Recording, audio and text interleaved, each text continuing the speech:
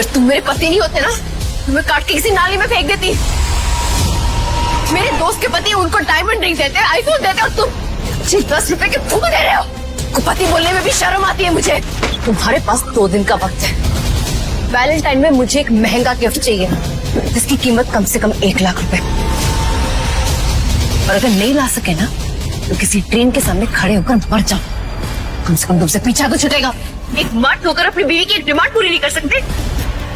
छी, एक काम ठीक से नहीं होता है तुमसे। अब क्या चलना भी हमें सिखाना पड़ेगा?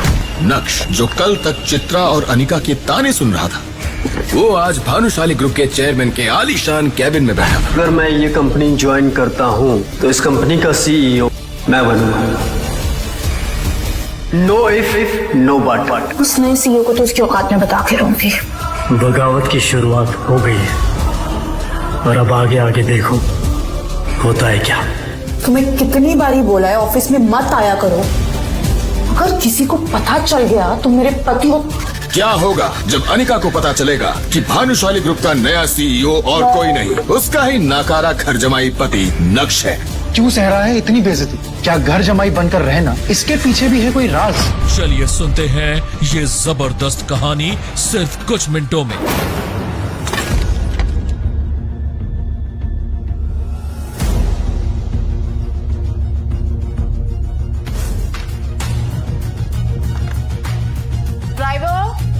ड्राइवर, मेरा बैग गाड़ी में रखो, गाड़ी जल्दी निकालो, मुझे लेट हो रहा है। ड्राइवर, कहाँ रह गए हैं सबके सब? नक्श भी दिखाई नहीं दे रहा है। काम के वक्त पता नहीं कहाँ मर जाते हैं। बड़बड़ाते हुए अनिका ने आईने में देखकर जल्दी से अपने बालों को एक और बार संवारा और पीछे मुड़कर देखा तो वहाँ ड्राइवर की जगह नक्श खड़ा था। अनिका, वो मैं कल गया था रमनीक भाई ज्वेलर्स के पास। उन्होंने कहा कि सेट अभी रेडी नहीं है, शायद 1-2 दिन और लग जाएंगे उसे रेडी होने में। तो मैं उसके। Ma'am, I am sorry ma'am, थोड़ा लेट हो गया।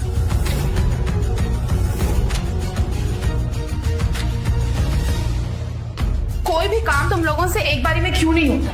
पूरा दिन बस टाइम पास करते रहते हो। मजाले एक काम तुम लोग पूरा कर दो, बस बहाने बनाने आते हैं। सबके सब एक जैसे कामचोर। ये कहते हुए अनिका ने नक्श की ओर देखा और नक्श ने तुरंत ही अपना चेहरा नीचे कर दिया। तभी ड्राइवर ने सर झुकाकर धीमी आवाज में कहा, सॉरी मैम, आगे से नहीं होगा। Sorry, my foot.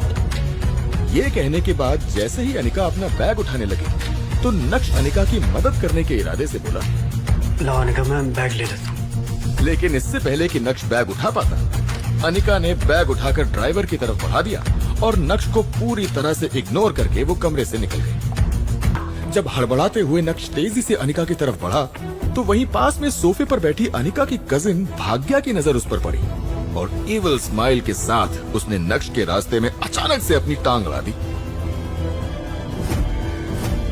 नक्श ने अपना बैलेंस खो दिया और वो सीधा जाकर अनिका की माँ चित्रा से टकरा गया।